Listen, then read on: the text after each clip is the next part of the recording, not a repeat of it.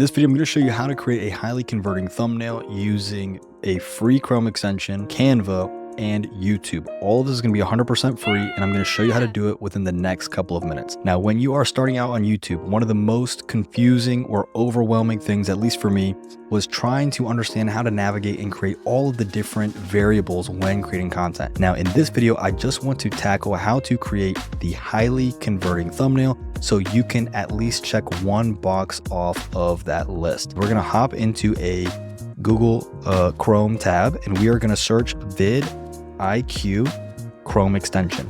Now we are going to click on this one right here from the Chrome web store. So you're going to pop it open and you're going to click add to Chrome. For me, it says remove because I already have it.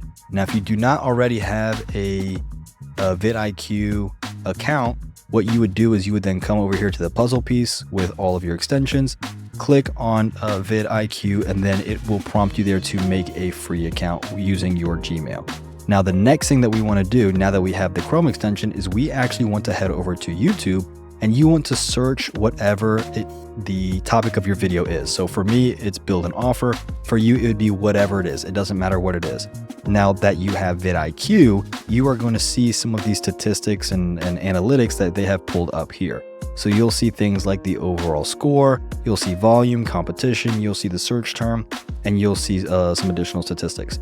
Now, what I want you to look for is I want you to look for these little pills right here.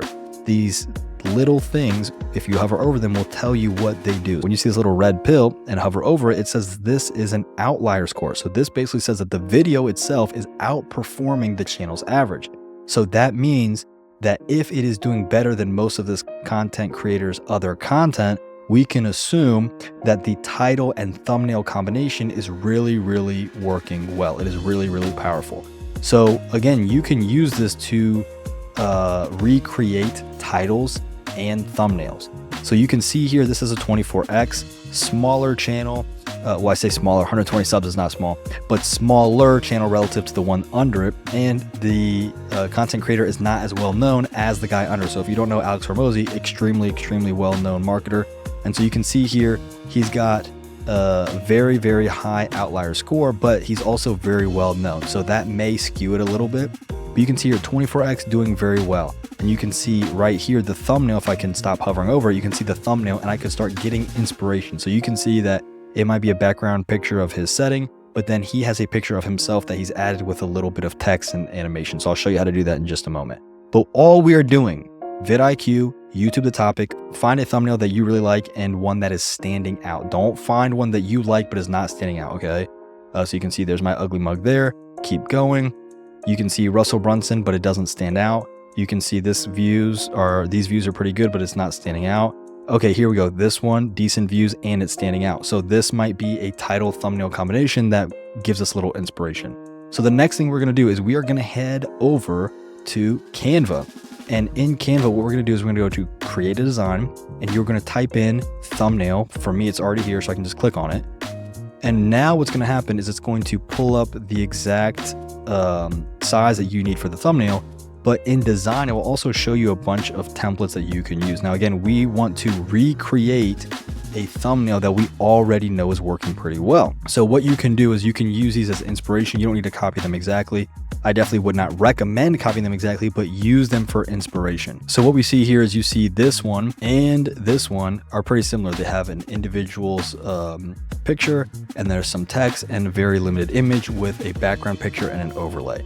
So what we're going to do now is we're just going to repeat this kind of format that we see is working and getting decent traction. You can see a few other people did it too with not the best of luck, but again, still pretty decent views. 32,000 views is not too shabby, right?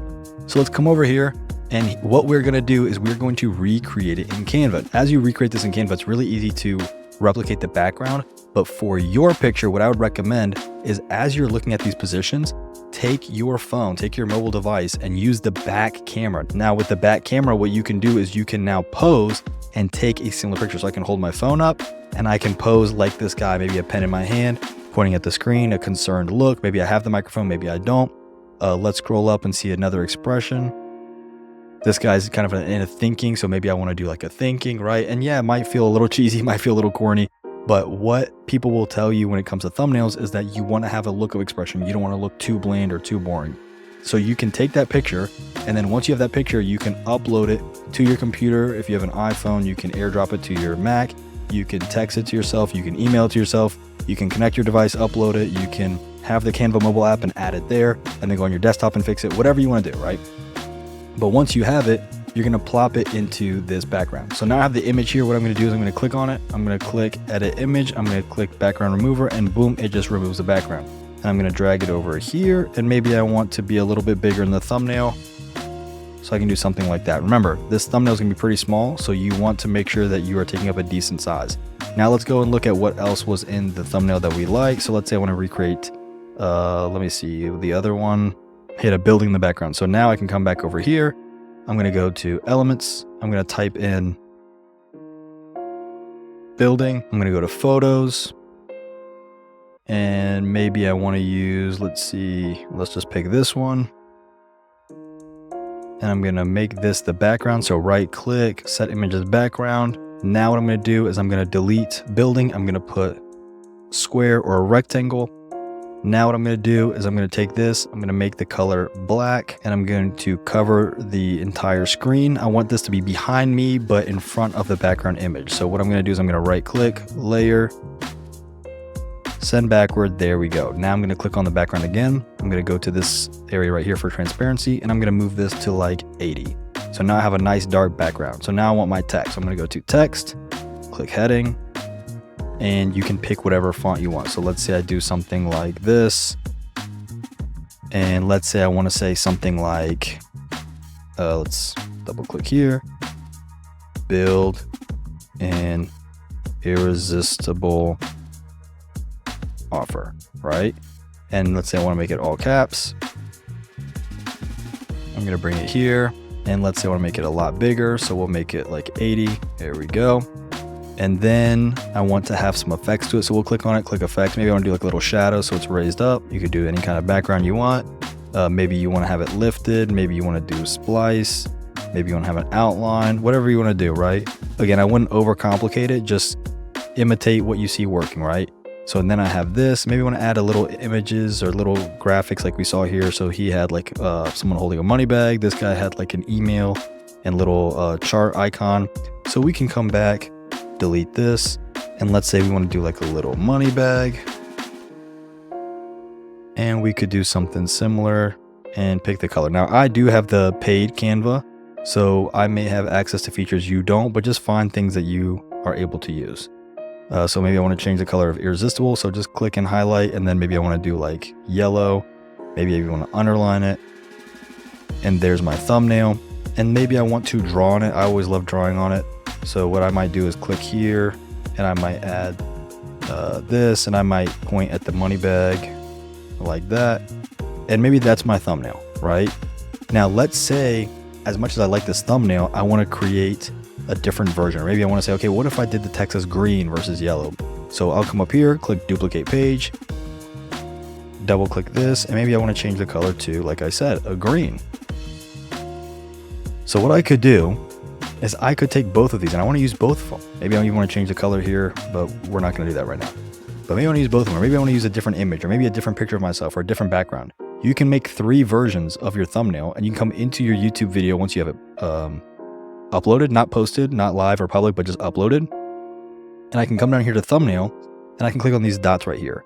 And I can click test and compare, and I can upload 3 images. And if you hover over this question mark, it will tell you how it works. So you upload the images. After about 2 weeks or so of traction, YouTube itself will pick the one with the highest click-through rate, and then it will keep it. Of course, you don't even have to keep what it recommends, but you know, why wouldn't you, right? So just stick with the information it gives you. So just very quick recap. Download the vidIQ plugin, search your video topic in YouTube, find videos with above normal traction or above normal click-through rates that you can then replicate.